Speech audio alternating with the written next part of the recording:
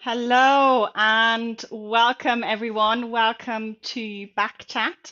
Welcome to Yogaberry, your yoga for scoliosis community. My name is Christine Jaregiberry. I'm a yoga teacher and I specialize in yoga for scoliosis.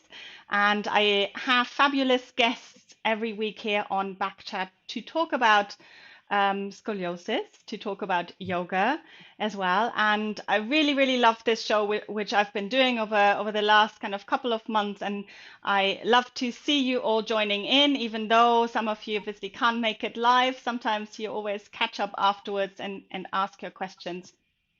So that's been really, really good to see. So feel free, if you are here live, even if you're not here live, you're watching afterwards, type in your questions. We will address them. If we're still here live, we will get back to you, obviously, as well. It makes the whole thing much more interesting. And I can see some of you are joining in already. So come and say hello to us. So today I am here with my teacher, Adelene Cheong, and Adeline is a fabulous yoga teacher. She's been teaching for 20 years, even though she's not aging at all, as you can see. She doesn't look like it at all. But she teaches yoga for scoliosis, and I have trained with her as well. She teaches yoga nidra, meditation, restorative yoga quite extensively as well. So Adeline is based in London. So I'm really, really happy that she's come to chat with me today. So welcome, Adeline. Welcome. Thank you so much for joining me today. Yeah, thank you for inviting me. I'm really excited to be having this interview with you live. Yes, yeah, absolutely, absolutely. And as I said, it's always great when we can make this a little bit more interactive rather than, me just kind of rattling through the questions. Obviously, if anyone has anything that they want to say, and I can see some already. So Diana is here. Diana has always been part of the chat. So welcome. Let us know where you're tuning in from today, where you are in the world. We are in rainy London. This is a coincidence. um, but yeah, let us know where you are. Let us know maybe what your experience is with scoliosis. How do you feel about scoliosis? So it's a Yeah. great way to kind of get the conversation going. But why don't we start, Adeline, by can you tell us a little bit about your own scoliosis journey? Yeah, my scoliosis journey. I first heard about this word when I was 13. So that's some time ago now. And when I first was told that I look a little bit lopsided or imbalanced because one of my aunt just observed and see that I'm a little bit like lopsided when I walk and when I sit. My parents took me to the orthopedic surgeon and have a check, have like x-rays and things. And at that time, I think when I first knew about my scoliosis, the cup angle, they measure the cup angle. Some of you are familiar on the x-ray. I have a double curve and S curve, so the right thoracic, left lumbar curve, which presents, I think, in the mid 20s, like for the thoracic curve, and low 30 at the cup angle. But over the years of my teenage years, it did increase. I wasn't wearing any brace, but I was just simply living a very inactive lifestyle at that time because everything seems I need to take extra care basically with the asymmetry and imbalance. Not until when I was late teens, early 20s, when I feel like extreme pain, back pain, and I was actually taking lots of painkillers, applying a lot of muscle relaxant rub and things in order to relieve myself. Thank God it's over. But yeah, it has been a journey. It was around that time that I had an X-ray again. I had X-ray a couple of years in between also, but it was during that time. I think it was at the peak of the curvature, and it went up to 48 degrees in the thoracic spine and 52 degrees in the lumbar spine. So that was at the peak of the curvature. And it did increase quite significantly from the 20 something, 30 something curvature. Mm-hmm. And that was when I was like 21, 22. And that's also when a year or two later, I began my yoga journey. I started practicing. And yeah, more stories if you want to hear, but it's going to be a long story. So basically, just the time frame. So the first time you heard about it, you were about 13, you said. Yeah, and then yeah. it basically doubled in what sort of time frame? In how many years? Oh, that was my teenage years. So from 13 to 21, so barely 10 years. It's like 8 years, 9 years? Mm-hmm. Yeah, 8 years. Yeah. Yes, and at 13 you were probably still growing. I was growing, yeah. Mm-hmm. So and I wasn't wearing any brace, and it was more of like, let's just wait and see, take X-ray every 6 months and just monitor the progression. And it did actually progress as expected. Mm-hmm. And I have to say, over the years that I've worked with different students, people, and teachers, that different people do experience this increase or maintain of the corp angle curvature at different rate. So it's not often the similar rate as what I've just related to also. Yes. So yeah. And was there ever any talk about surgery or anything else doing about it? Yes, actually. So I was almost going to be wheeled into the theater for a surgery when I was 16 or 17. Mm-hmm. Yeah. And at that time, it's such a long queue to actually have a slot to get that Harrington rod surgery done, because in my country at the time there was only one orthopedic surgeon in the whole country. Right. So there was such a long queue for it, and when there was a slot, my parents was just eager to get it done and think that it will sort out everything, sort out my life, sort out all my like pain or aesthetic.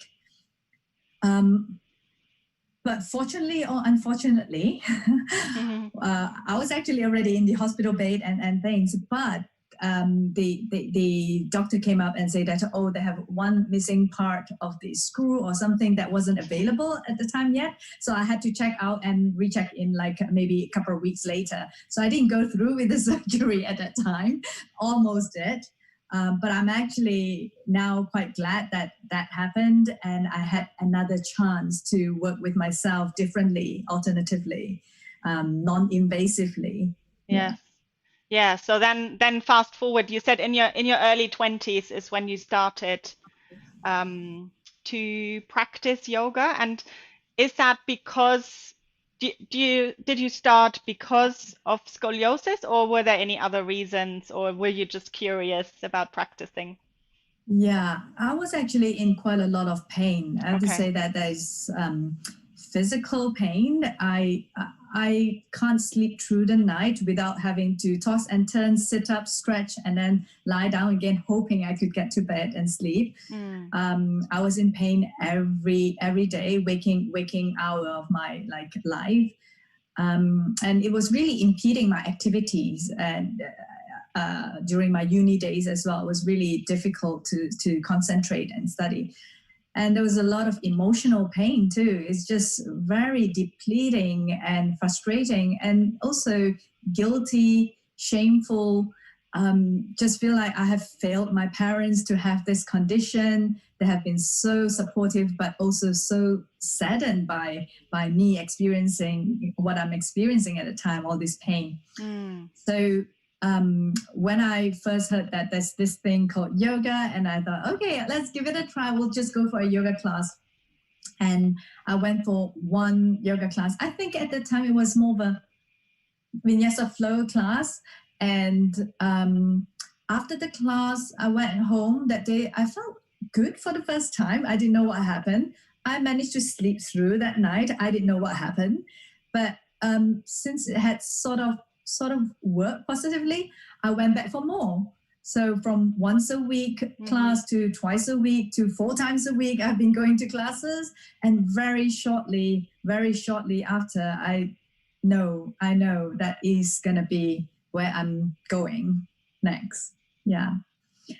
And I have to say that even before I met yoga, I've tried various different treatments. I've tried from acupuncture to massage therapy, osteopathy, hydrotherapy, brace, like different sort of bracing, more wearing harness and things, and different exercise and physio as well. Just lots of things I've tried.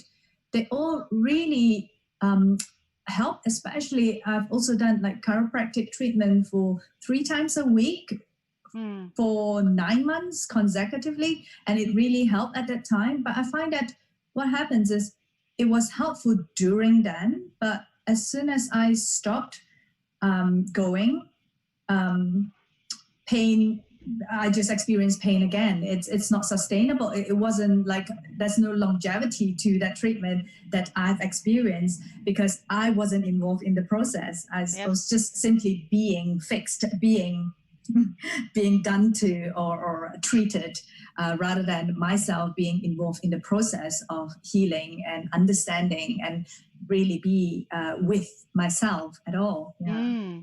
Yes, yeah, it's very, I mean, from what you say, it's very similar to what I found and what I experienced. And then obviously me, when I was at this stage, I found you. Who did you find? Who's kind of your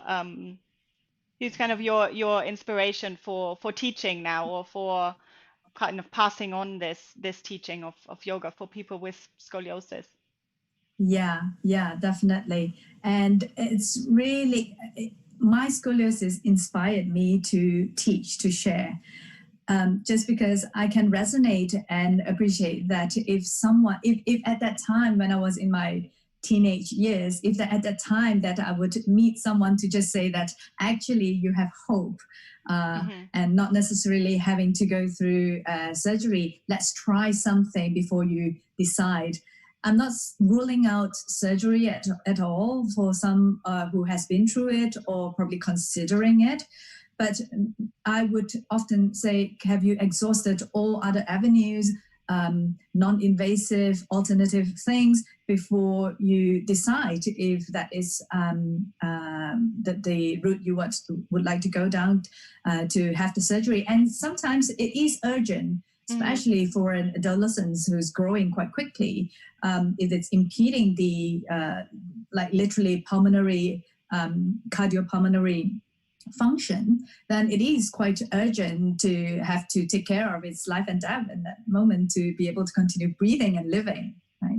Yeah. So it's case to case basis, and also depending how it's affecting someone's lifestyle and activities.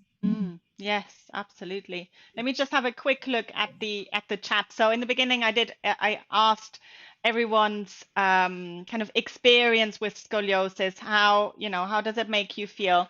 So we've got a few people here. Hello from rainy London, and Laura is here from Buenos Aires.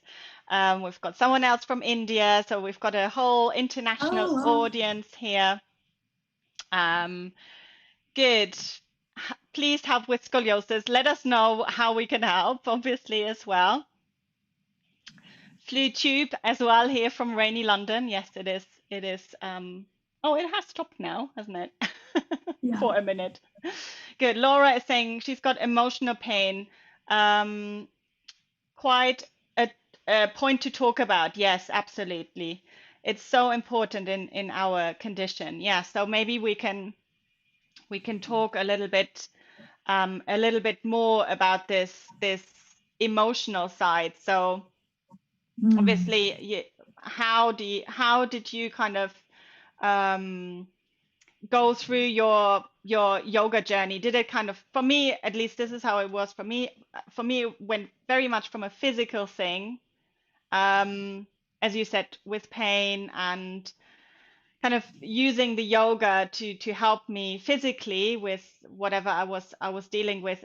But then you kind of, the more you go through the journey, the more kind of subtle it became for me at least, and the more kind of I felt like it can help me with, you know, emotional things as well, mentally obviously as well, and going through the different layers. How was it? How was it for you? What has helped you? Yeah. To deeply reconnect with myself. And one of the things that it's crucial, that is for myself, how I not just get better, but actually heal, is to reset my relationship with scoliosis, to revisit like is that something that I am aiming to get rid of, to fix, or to correct, or it's something that is a given condition, just like if someone has short-sighted, I have short-sighted as well, and how do I deal with the condition if I have that condition? So it's not something that I'm looking to absolutely straighten my spine so that it's like really just a 180 degrees, just a straight structure. Mm-hmm. But more so, how do I accept, at the same time befriend my body, that any pain, whether it's emotional or physical, that it's not there to sabotage me, but rather to point me and navigate me towards healing. To have an intention for why this practice come to me. Mm. Yes. Let me just get myself back here. Good. So we've got a few more comments here. So are there some simple yoga exercises that could help someone starting out? Do you have any special recommendations? What would you say to someone who's just starting, who's literally completely new to yoga? Yeah. Breathe. Breathe. That's the clue, that's the key. That's also one of the modules that I really highlight, and I spent like 3 hours just on breathing at the beginning when I work with someone.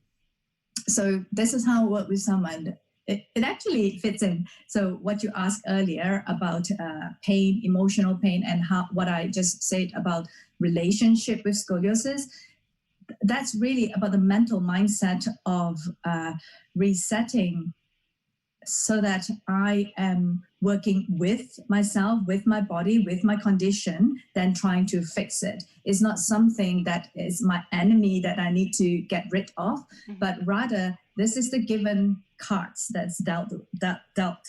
And how do we make the best out of it, and how do I manage it for longevity? And then I mentioned about breathing. So breathing, if the body seizes up in any shape or form, tighten up or rigid, there's very little information that the body can take in for repatterning or for new, whether you intend to strengthen or stretch. The tissue are simply not, the gate is closed basically for information to be received. And therefore, I said breathing to modulate tension and tone within the body, to allow a little bit more aliveness in every cell and tissue in your body before we can introduce to say that, okay, do this pose and then stretch this out or strengthen this part of your muscle or your lower back or your core. And to be able to breathe is also something that very much relates to emotional health. And some of you asked about emotional pain also. Yeah. If you recall, when we experience some strong or intense emotion, more than likely it affects the breathing. Or is it chicken and egg, vice versa, or not? But it's when we are able to pay attention to modulate or regulate or allow the body to be in the most comfortable position, then the body in itself could breathe healthily to be ready and open to receive new information if you're offering the body some new shape or position or exercises. Yeah.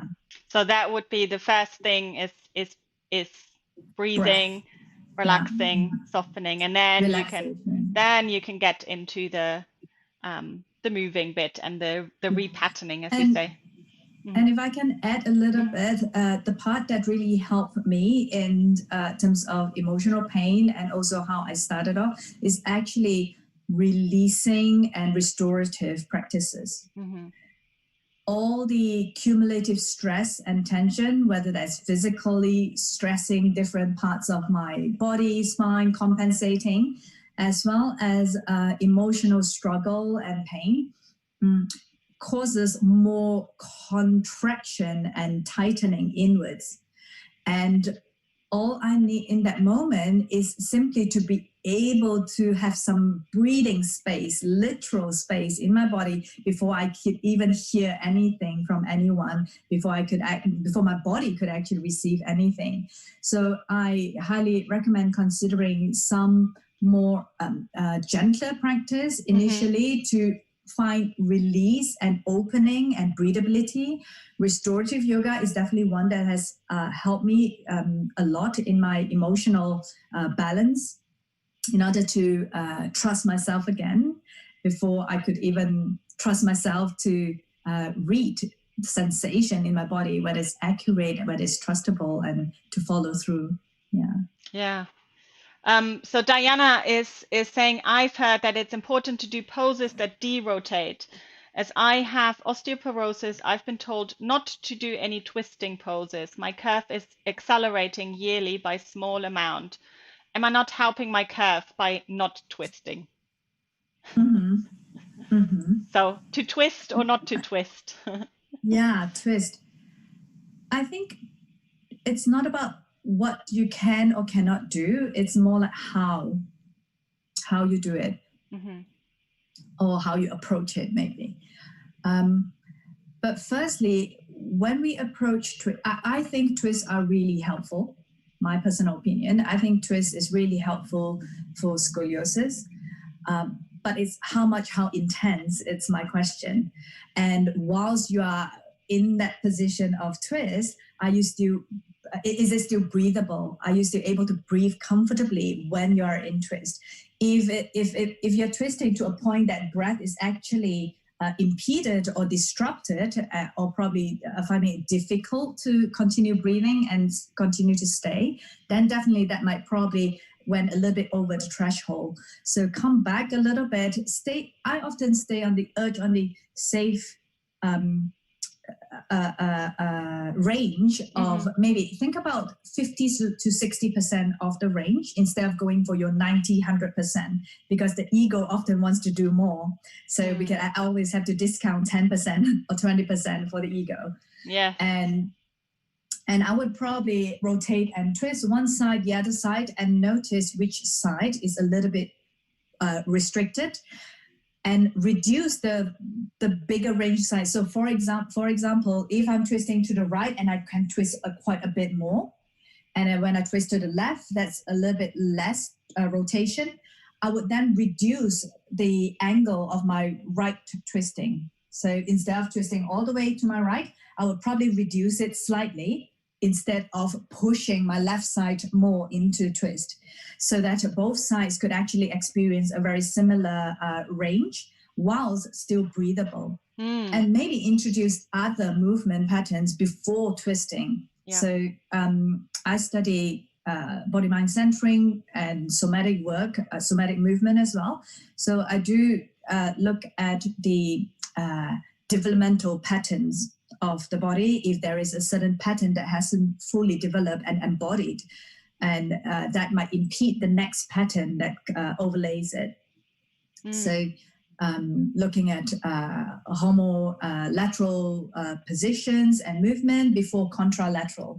Right. So twisting is a contralateral pattern, which it's a little bit like ahead, because contralateral then eventually takes it into crawling and standing, into walking. Yeah. Walking is a contralateral pattern. Yeah. Yeah. Mm. Great. So Kavita is saying, same with my parents and how I feel, but somehow doctors gave impression that I should restrict movement. Luckily, I did not have pain until my 30s.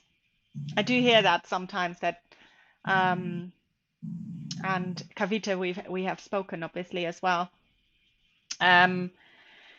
That somehow there is sometimes, if you don't know something about a condition, the first thing to do is, oh, let's better not do anything to be safe, or well, to be safe, to be on the safe side. Let's not do any movements. Let's not do any twisting, as you say. Let's not do any exercise. What would you say about this? Yeah, Kind of. I totally resonate with what she's sharing, and I appreciate that question. Kavita, is that Kavita? Yeah. Yes. Because I've been through the process at the beginning of not knowing, and that ignorance of like, how do I know if I'm doing it right, or if I'm going to hurt myself if I continue doing this? So I do recommend that firstly work with someone you are able to resonate with, that maybe have similar experiences. So a qualified person who have good understanding of scoliosis and experience with scoliosis, definitely, to not necessarily to follow exactly what that person say, but hopefully that person is able to share with you, to educate and offer some navigation in order for you to find it yourself. So, for example, what I enjoy teaching, instead of giving someone a list of sequence to practice with scoliosis, like, okay, do this 5 poses and you get sorted, instead of giving them like 5 poses, 10 poses, top 3 poses, or sequence, is that right at the beginning, we talk about your relationship with scoliosis. How much do you want it for yourself? Are you willing to put in the work for yourself?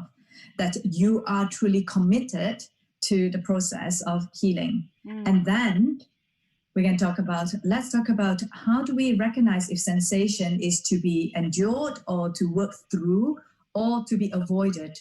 What's the sensation actually mean in this part of my body? And to educate that, there is a certain sensory intelligence, I call it, or sensory acumen, to be able to decipher and know what's the limit, what's the threshold, and what posture is appropriate. And then, of course, there is an important element of knowing, what are the positions, postures that you actually want to do, and strengthening poses, or releasing positions, or something to mobilize the joints and synovial fluids. So that probably need a little bit of guidance or inspiration if you have someone that you can work with. But firstly, is if you want, and if that's what I hope for all my students, if you want longevity, it's not about just fixing with top 10 posture, but rather take time to educate the system, like deep inside the proprioceptive sense, and re-educate the interoception, where you're able to perceive from the inside and of inside information and from the outside information.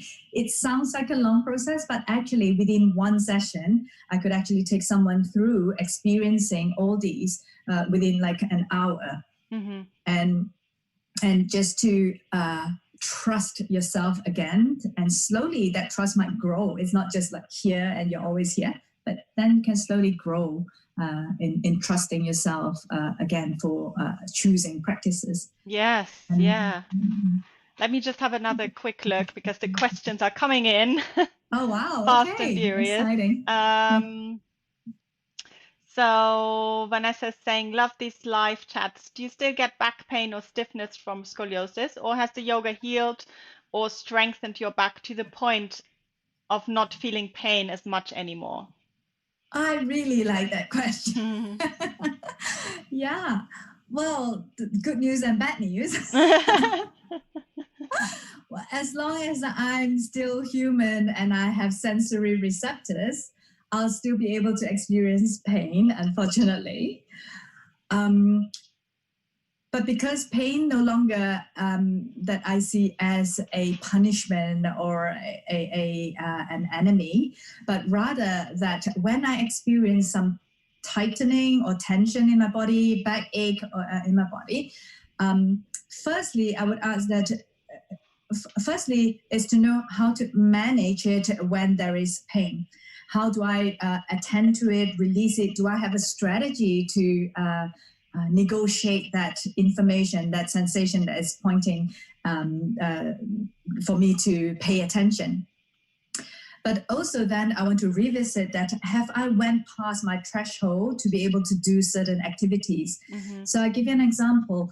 I love hiking, mm-hmm. and hiking has never been in my on my list when I was in my teenage years, just because it's just painful to do any activities more than 10 minutes. I just need to lie down or sit or stretch or do something different.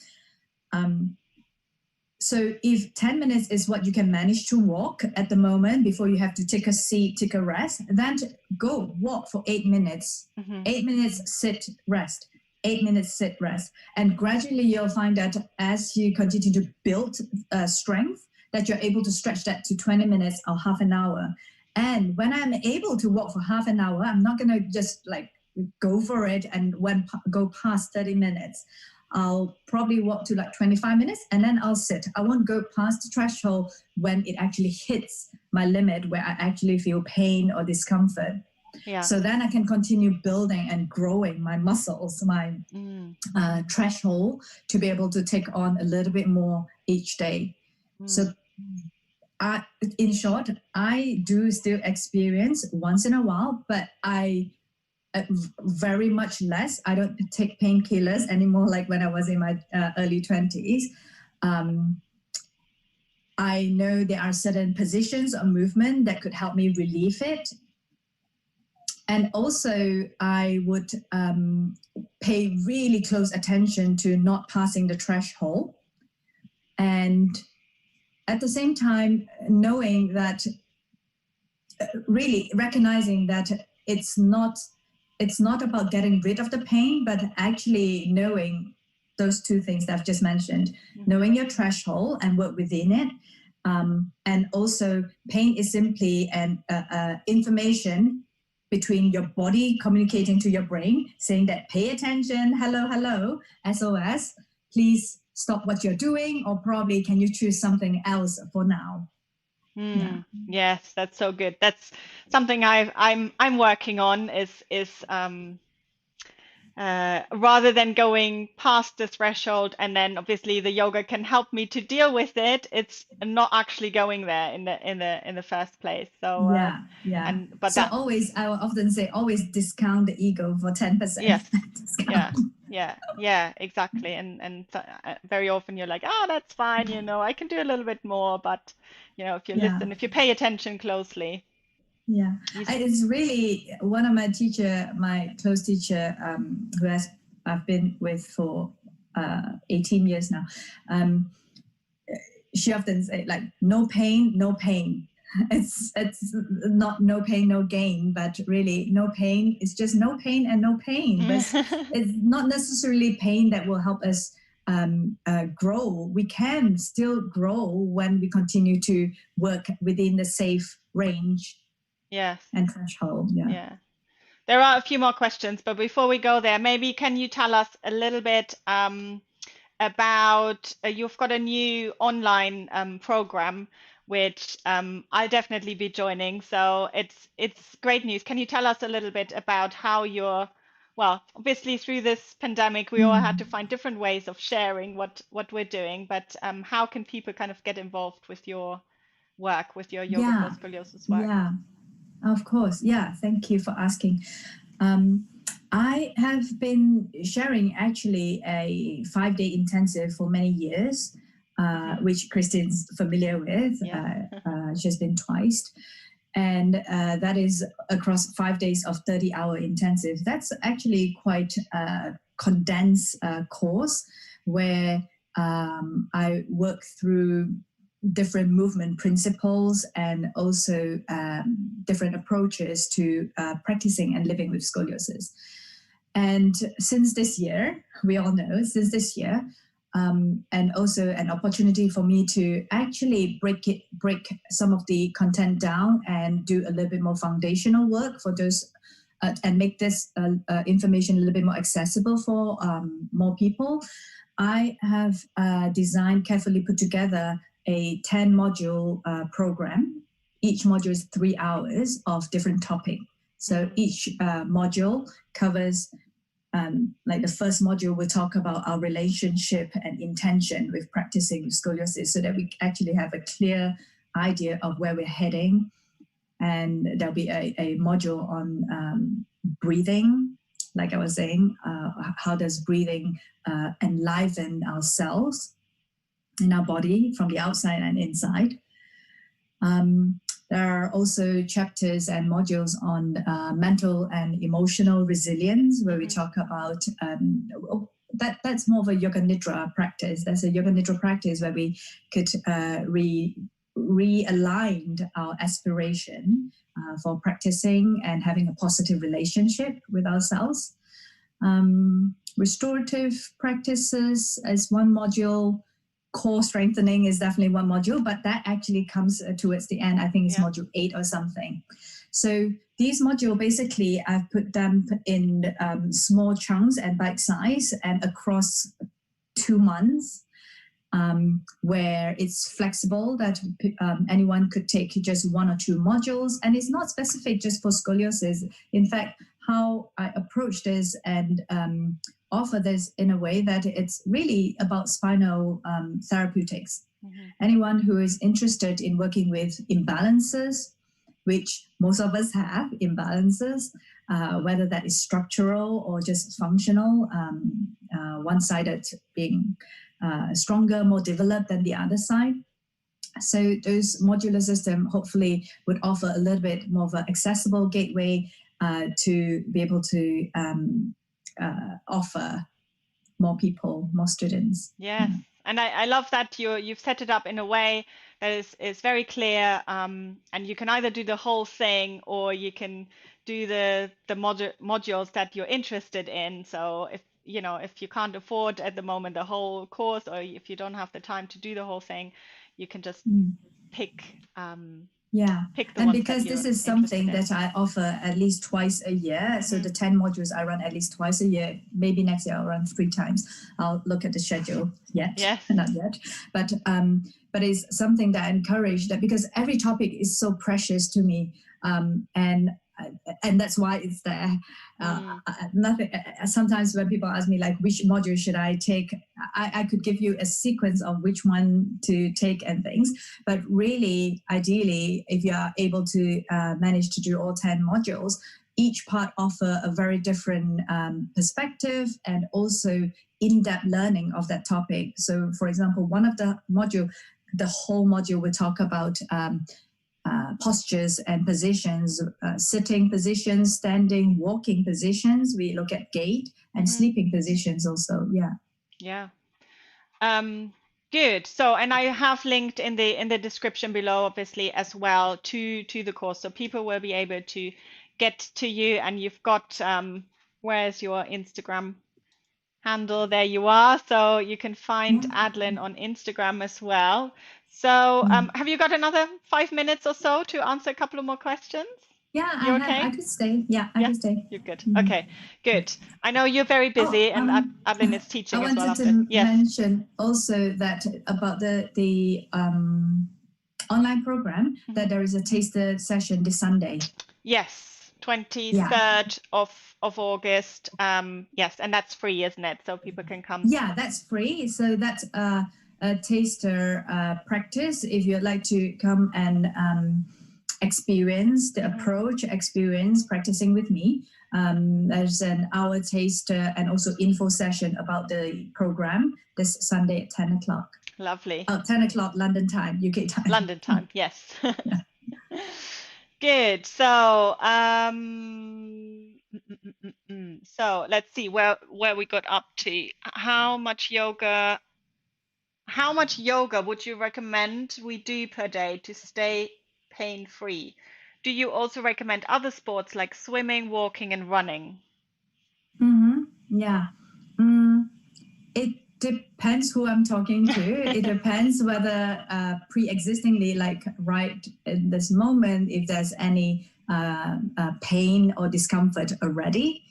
That probably gives me a little bit of clue as to how intense the activity we can take that activity to.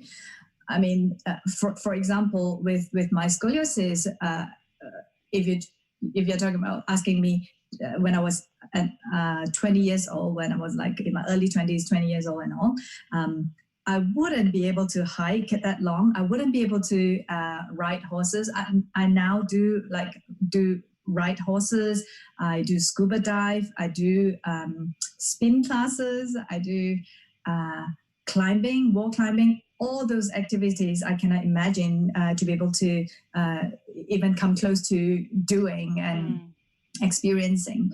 So it really depends on the preparation and what's the level of discomfort or pain at the moment that you're working with. So firstly, I think understanding and be really intimate with how your body is showing up. Then from there, you can gauge like what level of intensity that you're able to engage with swimming, running. But generally, if someone is not quite yet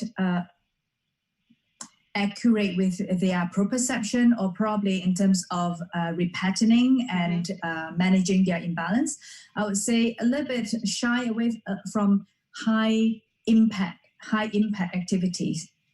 Because high impact activities, for example, depends on how intense your running is also.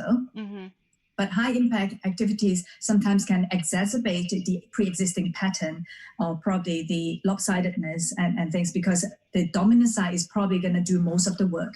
It's probably going to take you into the movement or activity and do like 70-80% of the work, and some parts of the muscles are probably a little bit lacking in terms of participation. So be attentive to that. Yeah, I have found this with fast yoga classes as well. When I first started out, I really found, and I don't know if you remember, but I was doing a lot of Ashtanga yoga when I first came to see you, and obviously, as you say, I was in this pattern that was with very much my dominant side and kind of in this. So I had to really slow it down first to get out of this pattern and then go back into it. After that, I didn't really want to go back into it, to be fair. But I found that the faster it is, the harder it is really to adjust to it, isn't it? Yeah, yeah. And at least initially, for the initial period. Yeah. So Sarah, but when you're on a spin bike, it's pretty fast. Well, yes, yeah. I guess the movement is less as well. It's kind of it's one movement, isn't it? On the spin bike. It's more of a high intensity, low impact with spin. So I'm not really like kind of jarring. No, that's true. Yeah. So although it's speed, but I'm also attentive to how I'm positioning my body.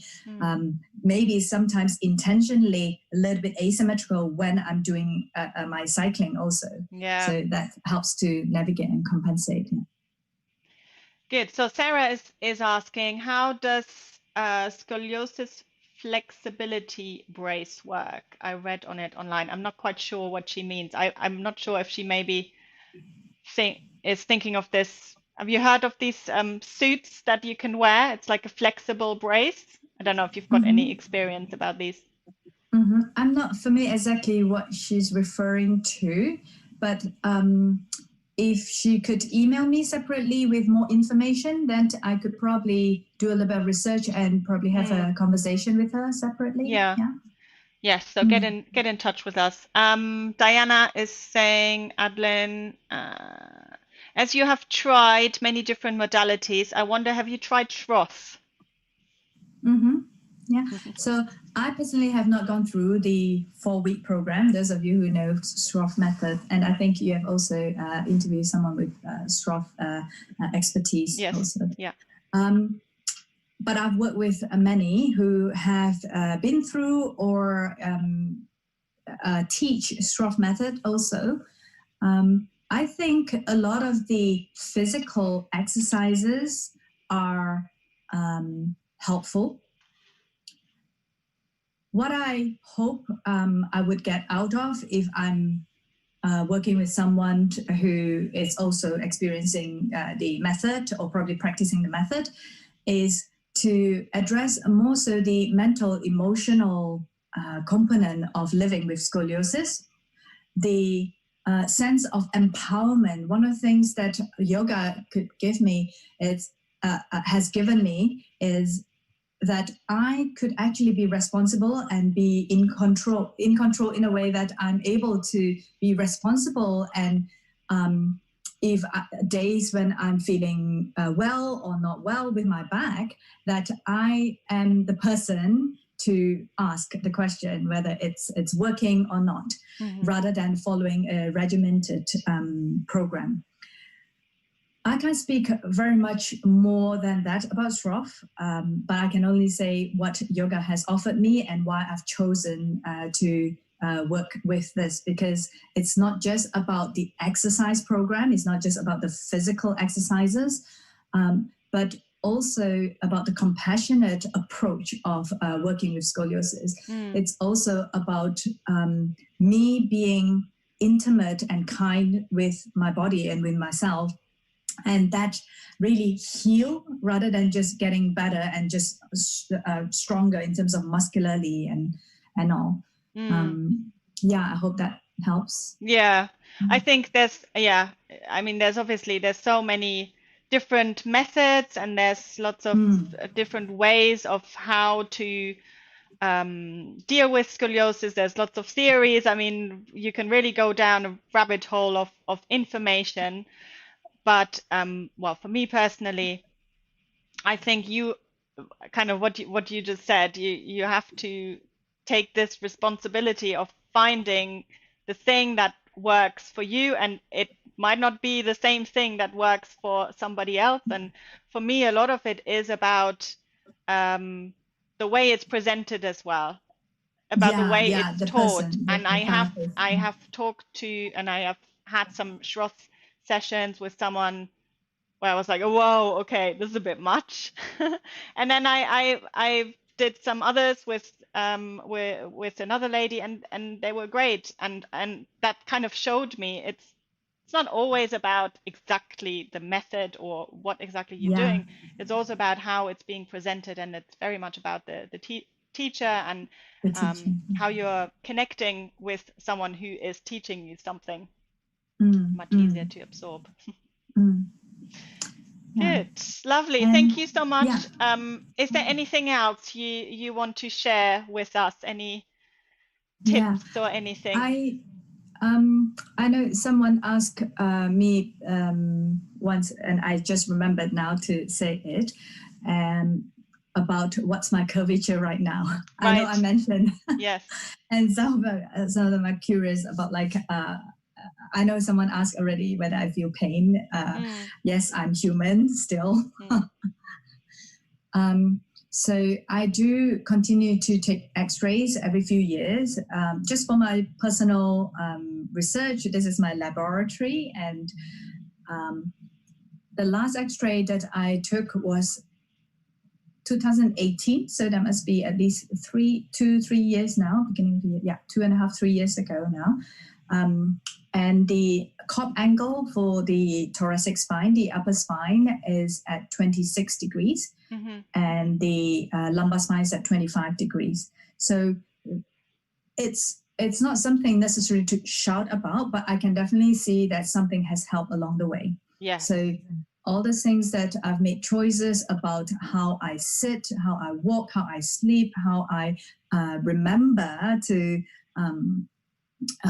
reposition myself sometimes, and also attentive to not getting grumpy, attentive to not getting frustrated about it, because all those negative emotion can potentially also restrict and contract and takes me back into that habitual default pattern. So just attentive to the overall well-being of the healing process. And yes, yeah, I think you're giving a lot of people a lot of hope there that it can be, and it was obviously in the kind of 40s and 50s, I think, your coverage, and you reduced it by so much, when we're always being told, or anyone who's seen anyone about scoliosis, they will say it's gonna get worse every year, basically. And yeah, and one of the things that I feel really ashamed that sometimes when we're being told that it will increase 1 degree a year for the rest of your life and all, even if it's a matured curve above certain degrees, what I immediately felt in that moment is hope, the loss of hope when someone actually say that. And hope is such a huge thing just for human living. And just to have hope that it is possible because I'm still alive and organic is one of the mantra that I keep telling myself, that I'm still human, I'm still organic, and therefore something can still change. And I have to say that a lot of work has gone into practice, and it really depends on your commitment and your dedication. Yes, yeah, absolutely. Thank you so much, Adeline. This has been amazing, and I'm sure, you've given a lot of people hope and something to think about and to consider. Make sure you check out Adeline's free session on the 23rd of August. And yes, thank you so much for everything that you do. And thank you for having me practice here. I'm absolutely delighted to share here, because it at least achieved one thing, which is I hope it inspire one person, a few people who are listening, that there is hope, and it's all about what you are choosing. So take your time to be with yourself, be kind to yourself. Yeah. Lovely. Thank you. Thank you. Namaste, everyone. Good.